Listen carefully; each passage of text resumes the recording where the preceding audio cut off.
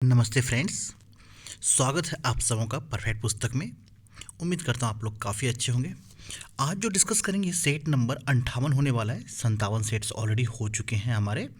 तो फिर से वही जो आपको पता ही है, हम लोग जो डिस्कस करेंगे वैसे क्वेश्चंस को जो एग्जामिनेशंस में 3 बार या उससे ज़्यादा आ चुका है जीके का क्वेश्चंस, उसको डिस्कस करेंगे। ठीक है, जितने भी एग्जामिनेशंस हैं जहाँ जीके जीएस पूछा जा रहा है उनके लिए काफ़ी इंपॉर्टेंट वीडियो है। योर सेट जो है, ये वीडियो जो है काफ़ी अल्टीमेट होने वाला है फिर से हर बार की तरह।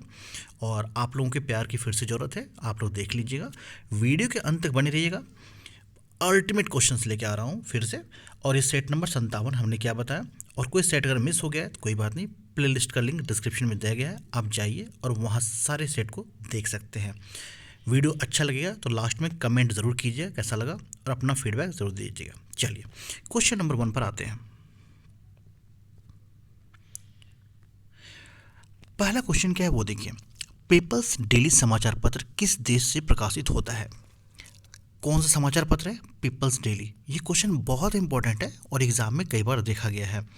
तो ये कि न्यूज़पेपर का नाम है, जैसे टाइम्स ऑफ इंडिया है, हिंदुस्तान टाइम्स है ना, दैनिक जागरण है, दैनिक भास्कर है, ये सब कहाँ का? ये इंडिया का न्यूज़पेपर है।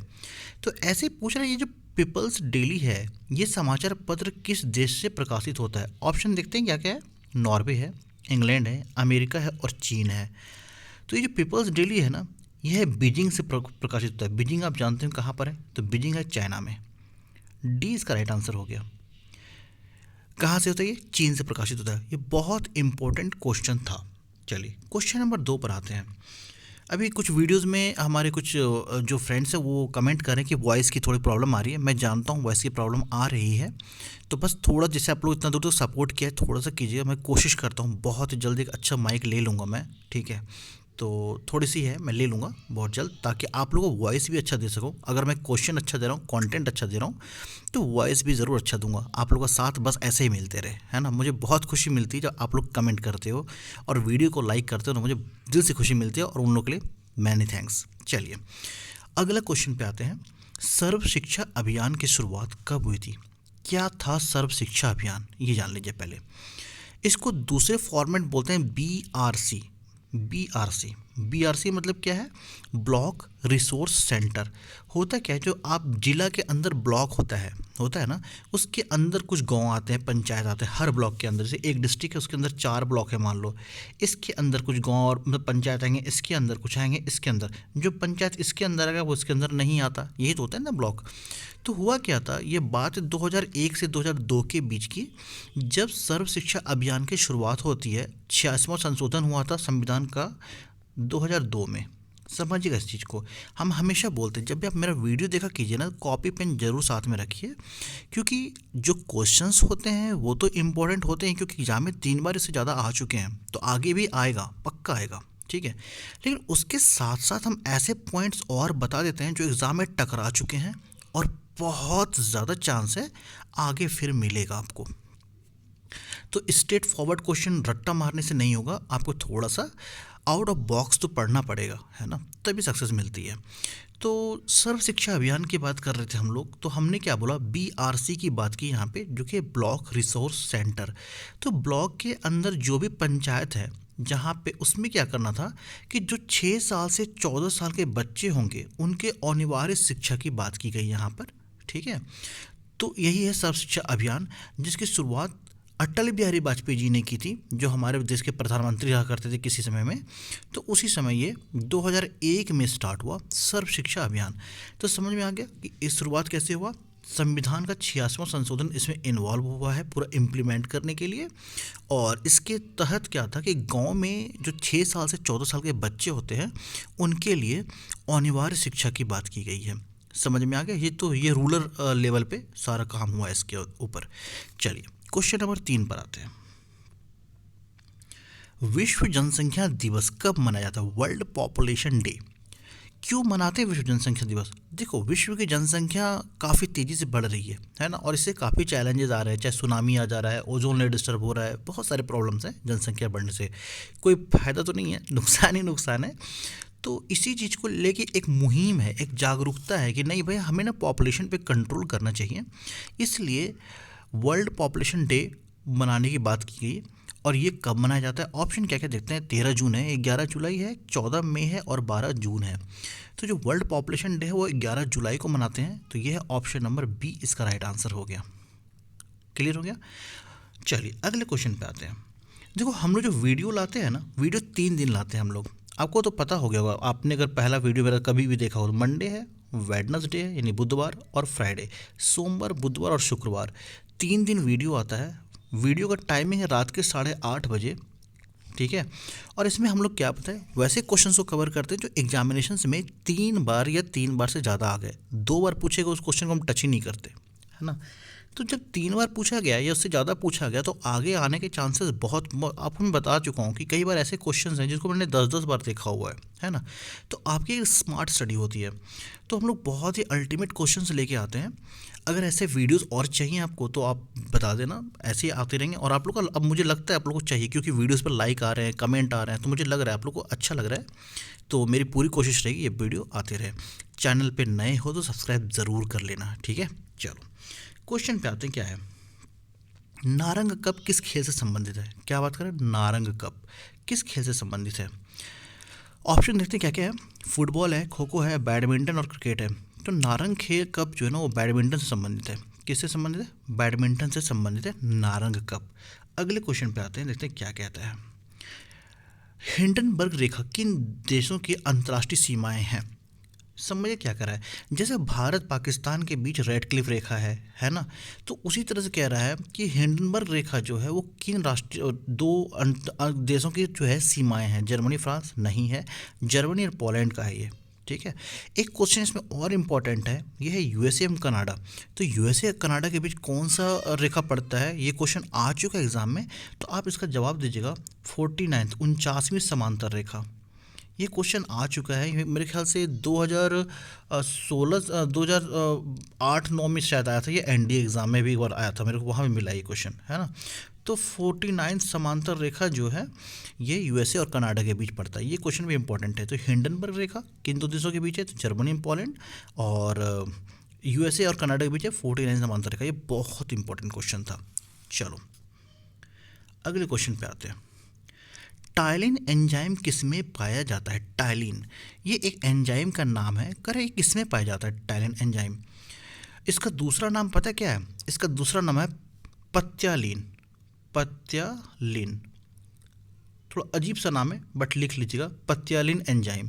तो ये क्या करता है, ये जो एंजाइम होता है ना, ये स्टार्च से शर्करा में कन्वर्ट कर तोड़ देता है। स्टार्च जो होता है उसको शर्करा में तोड़ता है। अब स्टार्च जैसे मैं क्या बताऊँ, जैसे आप घर में चावल बनते देखते होंगे, है ना। चावल की हांडी होती है, उसमें क्या होता है, पहले पानी डाला जाता है, उसके बाद चावल डालते हैं, है ना। तो आप देखते हैं पूरा जो जिसको मंड बोलते हैं पूरा, है ना, झाग टाइप का बनता है, वो पूरा क्या है, वो स्टार्च है। तो स्टार्च को शर्करा में तोड़ता है ये एंजाइम टायलिन। तो ये पूछा जाता है ये किस में पाया जाता है? जठर रस में, अग्नाशय रस में, लार में, या इनमें से कोई नहीं। तो जो टायलिन एंजाइम है ना ये लार में पाया जाता है। ये बहुत इंपॉर्टेंट क्वेश्चन है। इस सी इसका राइट आंसर हो गया, बायोलॉजी क्वेश्चन आया। अगले क्वेश्चन पे आते हैं। अगले वीडियो क्वेश्चन पे डिस्कस करने से पहले आप कमेंट बॉक्स में बताओ कि आप किस चीज़ की तैयारी करते हो। एसएससी की, रेलवे की, पुलिस की, पीसीएस की, या अदर एग्जामिनेशंस की। देखो ये सारे लोगों के लिए इंपॉर्टेंट क्वेश्चन है जो कि किसी भी कॉम्पिटिटिव एग्जामिनेशन की तैयारी कर रहे हैं, है ना। जहाँ जीके जिस पूछा गया सबके लिए इंपॉर्टेंट क्वेश्चन है।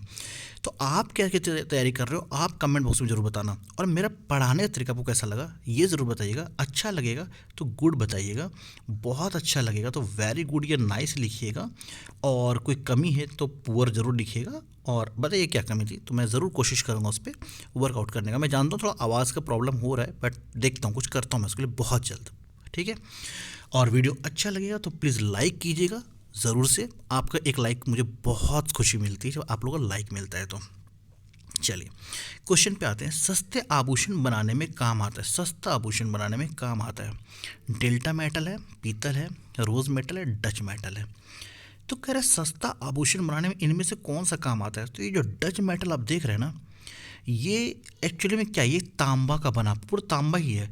इसमें 85 से लेके 88% तक तांबा है। कितना है? 85 से लेके 88% तक तांबा है। और ये सस्ते आभूषण बनाने में काम आता है। कहीं क्या आप देखते जो सोने टाइप का आप देखते हो, किसी बड़े बड़े मंदिर में जाते होंगे, दरवाजे पे देखते होंगे, ऐसा दिखता होगा कि जैसे सोना सोना का पूरा चादर लगा पड़ा है, दरवाज़ा बना पड़ा है। तो क्या होता है, उसके अंदर डच मेटल होता है, उसको पूरा पत्थर टाइप का बना के उसके ऊपर ना ठोक के उसको एकदम पूरा चादर टाइप का बनाया जाता है, जो दिखता सोने जैसा है। तो वो क्या होता है, एक्चुअली वो डच मेटल होता है, जो पूरा सोने सोने का दिख रहा होता है। समझ में आ गया? चलिए, अगला क्वेश्चन बहुत इंपॉर्टेंट है फिर से। कान पर ध्वनि का प्रभाव कितने समय तक रहता है? यानी आपने कुछ से सुना, तो सुनने के बाद कितने टाइम तक उसका इफेक्ट आपके कान पर रहता है? ऑप्शन क्या क्या वो देते हैं, 0.1 सेकेंड, 0.01 सेकेंड, 1 सेकेंड, 2 सेकेंड। कहीं कहीं ये ऑप्शन आपको 1/10 सेकेंड का देगा, ये 1 का 10वां भाग। कहीं कहीं ये 1/100 का ऑप्शन देगा। मैथमेटिकल देखा जाए तो बिल्कुल सही है ना? तो ये इसका आंसर क्या है? इसका आंसर है ए, दैट इज 0.01 सेकेंड। बहुत इंपॉर्टेंट क्वेश्चन ये वाला था। अगले क्वेश्चन पे आते हैं, वो देखिए क्या है। ताप विद्युत केंद्र का प्रमुख गैसीय प्रदूषक है। ताप विद्युत केंद्र का प्रमुख गैसीय प्रदूषक है। देखो, जो ताप विद्युत केंद्र वाला ऑप्शन देखते क्या क्या है, मीथेन है, कार्बन मोनोऑक्साइड है, कार्बन सल्फर डाइऑक्साइड है, कार्बन डाइऑक्साइड है। देखो, जो ताप विद्युत केंद्र है ना, उसमें सल्फर डाइऑक्साइड भी निकलता है, नाइट्रोजन ऑक्साइड भी निकलता है, कार्बन डाइऑक्साइड भी निकलता है। लेकिन समझिएगा, हमने क्या बोला, कार्बन डाइऑक्साइड भी निकलता है, नाइट्रोजन ऑक्साइड भी निकलता है, और सल्फर ऑक्साइड भी निकलता है। तीनों निकलता है किससे? ताप विद्युत केंद्र से। लेकिन प्रमुख घटक के बारे में पूछ रहे हैं, कौन सा गैसीय प्रदूषक की बात कर रहा है यहाँ पे, है ना? कौन सा इसमें ऐसा है जो कि सबसे प्रमुख गैसीय प्रदूषक है? ये जो सल्फर डाइऑक्साइड है, इसका केमिकल फार्मूला क्या होता है? SO2, है ना? ये क्या करता है, ये बाहर जैसे ही गैस आया, ये ऑक्सीजन के साथ रिएक्शन कर जाता है। कई बार ऐसा होता है, और जब ये ऑक्सीजन के साथ रिएक्शन करता है तो ये बन जाता है SO3। समझ में आ रही चीज़ है? तो SO3 जब बनता है ना, तो यही SO3 बन जाता है एसिड रेन, जिसको अम्लीय वर्षा बोलते हैं। एसिड रेन का कारण यही बनता है। अम्लीय वर्षा का आपने नाम कई बार सुना होगा। तो एसिड रेन का बनने के कारण SO3 होता है। जो ताप विद्युत केंद्र होते हैं, वहाँ से गैस निकलती हैं, कार्बन डाइऑक्साइड होती है, सल्फर डाइऑक्साइड होती है, नाइट्रोजन ऑक्साइड होता है। तो सल्फर डाइऑक्साइड बाहर आया, उसको ऑक्सीजन मिला, ऑक्सीजन के साथ वो SO3 बना लिया और वो अम्लीय वर्षा कर देता है। इसलिए सल्फर डाइऑक्साइड को सबसे प्रमुख गैसीय प्रदूषक के रूप में रखा गया है।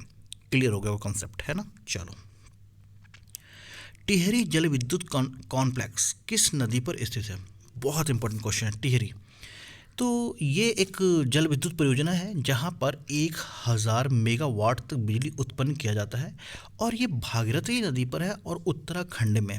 कहाँ पर है? भागीरथी नदी पर, उत्तराखंड में है। ये बहुत इंपॉर्टेंट क्वेश्चन था, इसका राइट आंसर हो गया ए। क्वेश्चन नंबर 11 पे आते हैं, देखते हैं क्या कहता है उस 11 क्वेश्चन। वीडियो अच्छा लग रहा है तो प्लीज़ लाइक ज़रूर कीजिएगा। आपको एक लाइक से, बस एक बटन को लाइक करना है और कुछ नहीं करना है, और कमेंट करो तो मेरी को और खुशी मिलेगी। चलो, है ना? अच्छा लग रहा है, अब बताना जैसा कैसा लग रहा है कमेंट में। राष्ट्रपति भवन का डिज़ाइन किसने तैयार किया था? बहुत इंपॉर्टेंट क्वेश्चन। राष्ट्रपति भवन का डिज़ाइन किसने तैयार किया था? ऑप्शन देखते क्या क्या है। फ्रिक चॉकविन, एडमिन लैडसियर, लूटियंस, एंड्रू थॉम्सन, और इनमें से कोई नहीं। जो एडमिन लैंडसियर लूटियंस है ना, इसने ही भारत का संसद, जो भारत का जो पार्लियामेंट हाउस है उसका, वही तो राष्ट्रपति भवन है उसका, और जो इंडिया गेट है उसका, दोनों आमने सामने। अगर आप कभी दिल्ली आए हो या दिल्ली से हो, देखोगे दोनों आमने सामने हैं बिल्कुल, ठीक है? थोड़ा दूरी पे, ऐसा नहीं मतलब दोनों एक दूसरे के फ्रंट पे पड़ता है ऐसे। तो जो पार्लियामेंट हाउस है और जो इंडिया गेट है, दोनों का डिज़ाइन एडमिन लैंडसियर लूटियंस ने ही बनाया था। क्लियर हो गया? चलिए, ये क्वेश्चन बहुत इंपॉर्टेंट है, और शायद इस क्वेश्चन से जुड़े हुए, जैसे हमने पहला बताया था कि पिछले वीडियो में शायद हमने डिस्कस किया था उसकी, या उसके पिछले वीडियो में, कि भारत में पहला आम चुनाव कब हुआ था, जो कि हमने आंसर में बनाया था 1951-52 में, और उसी में इस क्वेश्चन के बारे में डिस्कस किया था। और देखिए, ये क्वेश्चन टकरा गया। हम इसलिए बोलते हैं कॉपी पेन में ज़रूर लिखा कीजिए, और आपने अगर देखा होगा तो उसका आंसर अब बता दिए होंगे कि भारत के पहले मुख्य चुनाव आयुक्त कौन थे। तो सुकुमार सेन बने थे, और उनकी नियुक्ति हुई थी मार्च 1950 में। ये बहुत इंपॉर्टेंट क्वेश्चन था। अगले क्वेश्चन पे आते हैं। शिव समुद्रम द्वीप किस नदी के द्वारा बनाया गया था? शिव समुद्रम द्वीप, कहीं कहीं इसको शिव समुद्रम प्रपात भी बोलते हैं, तो घबरा मत जाना अगर प्रपात आ जाए तो शिव समुद्रम द्वीप किस नदी के किनारे द्वारा बनाया गया? ऑप्शन क्या क्या वो देखते हैं। गोदावरी है, झेलम है, गंगा है और कावेरी है। तो ये कर्नाटक में बनाया गया है और ये कावेरी नदी के तट से बनाया गया है और ये एक जल विद्युत परियोजना है। बेसिकली जल विद्युत बनता है यहाँ पे और इसकी स्थापना जो है ना 1902 ईस्वी में हुई थी। कब हुई थी?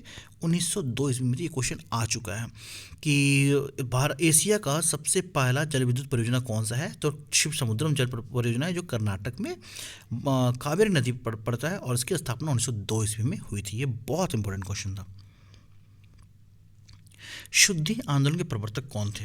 शुद्धि आंदोलन के प्रवर्तक ऑप्शन देखते क्या क्या है? स्वामी दयानंद सरस्वती, गोपाल कृष्ण गोखले, लाला लाजपत राय, भगत सिंह। क्या था शुद्धि आंदोलन? शुद्धि आंदोलन क्यों था? जो उन्होंने धर्म परिवर्तन कर लिया है। जैसे कुछ भी, जैसे भारत में जब सल्तनत लोग आया था तो उन्होंने काफ़ी इस्लाम धर्म लाया था, जो कुछ भी थी चीज़ें उस समय। अगर कोई हिंदू से इस्लाम चला गया हो तो क्या करता था? उनको वापस हिंदू में लाना होता था।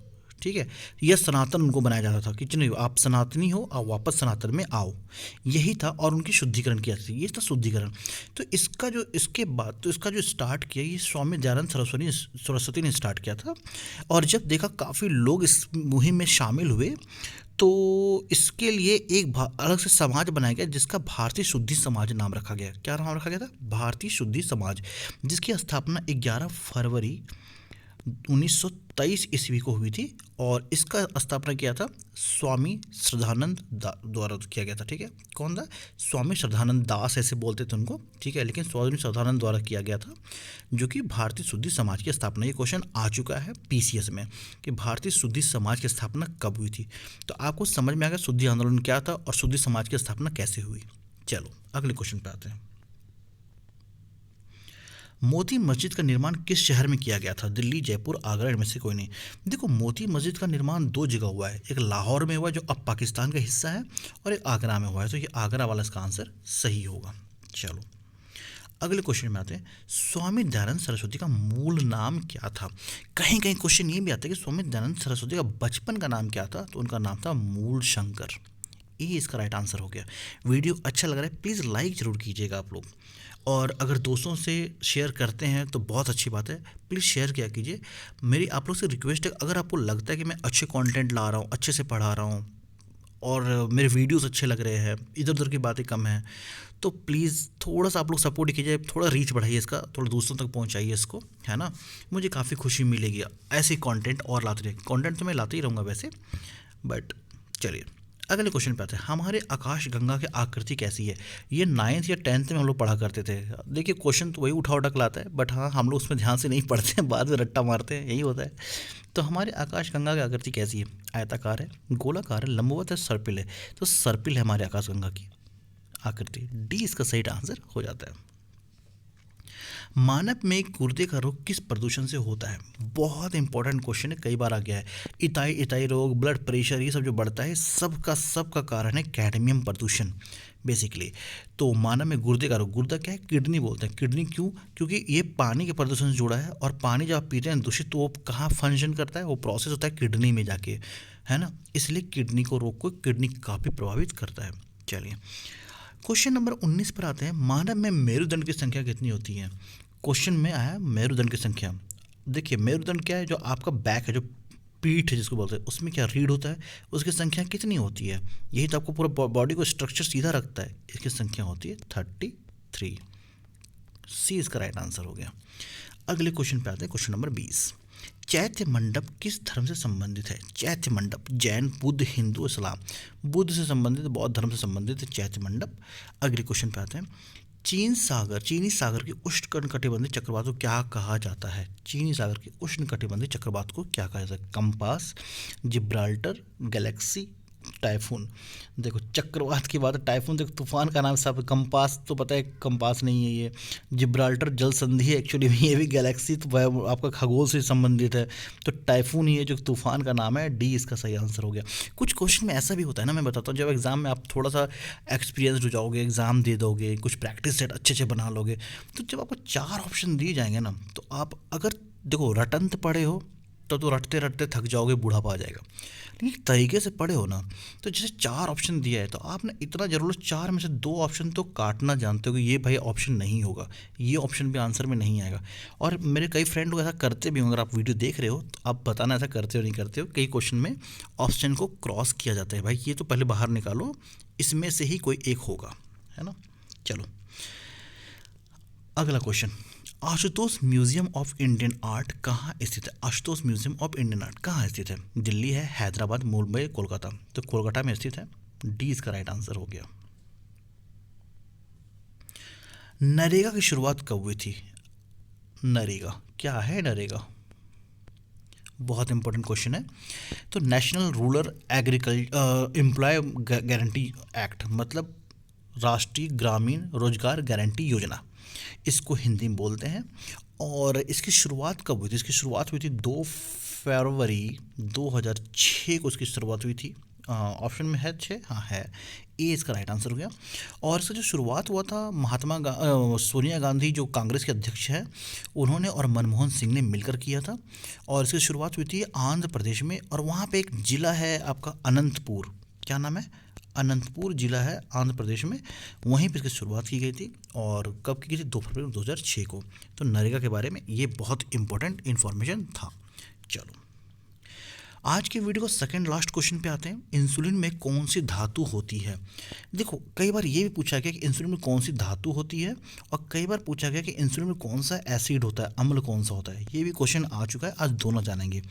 एल्युमिनियम, जस्ता, तांबा और तो एल्युमिनियम जो ये इंसुलिन है, इसमें जस्ता, कहीं कहीं आपको जिंक का भी नाम मिलेगा, ठीक है, तो एक ही है। तो आपको इंसुलिन में धातु कौन सी पाई जाती है? जिंक या जस्ता। और एसिड की बात करो तो अमीनो एसिड पाया जाता है। ये क्वेश्चन आ चुका है कि कौन सा अम्ल पाया जाता है? तो अमीनो अम्ल पाया जाता है। ये क्वेश्चन भी आ चुका है, किसमें? इंसुलिन में। अगले क्वेश्चन पे आते हैं, और आज के वीडियो का आखिरी क्वेश्चन है, तंबाकू की खेती के लिए जो तंबाकू होता है, टोबैको बोलते हैं उसको, मृदा में कौन सा तत्व अधिक होना चाहिए? जो मिट्टी होता है, जब तंबाकू खेती होता है, जो मिट्टी होता है उसमें कौन सा मटेरियल, कौन सा एलिमेंट है जो सबसे ज़्यादा होना चाहिए? ऑप्शन देते क्या है? नाइट्रोजन है, पोटाश है, फास्फोरस, और इनमें से कोई नहीं। क्या सही जवाब होगा? तो सही जवाब जाएगा पोटाश को। बहुत अच्छा क्वेश्चन था ये वाला। तो आज का ये सेट था, तो इसी से सेट खत्म होता है। आप कमेंट बॉक्स में बताना आपको कैसा लगा आज का सेट। अच्छा लगा तो लाइक करना, नए हो तो सब्सक्राइब करना, दोस्तों के ग्रुप में हो तो आप ज़रूर दिखाना, अपने सर को भी दिखाना कि सर ये भी एक वीडियो है, देखिए कैसा लग रहा है ना। और शेयर करना, कमेंट बॉक्स में बताना आपको कैसा लगा और मेरा पढ़ाने तरीका कैसा लगा। आप किसी तैयारी कर रहे हो, कभी आएंगे लाइव बहुत जल्द, तो काफ़ी बातें करेंगे और क्वेश्चन भी डिस्कस करेंगे। तो अभी हमें पढ़ाई पर ध्यान देना है। मिलते हैं अगले वीडियो को लेकर फिर से। कब मिलेंगे? हम लोग फ्राइडे को मिलेंगे रात के 8:30 बजे। तब तक अपना ख्याल रखिएगा, पढ़ते रहिएगा, अपने लक्ष्य पे लगे रहिएगा। जय हिंद, जय भारत, वंदे मातरम।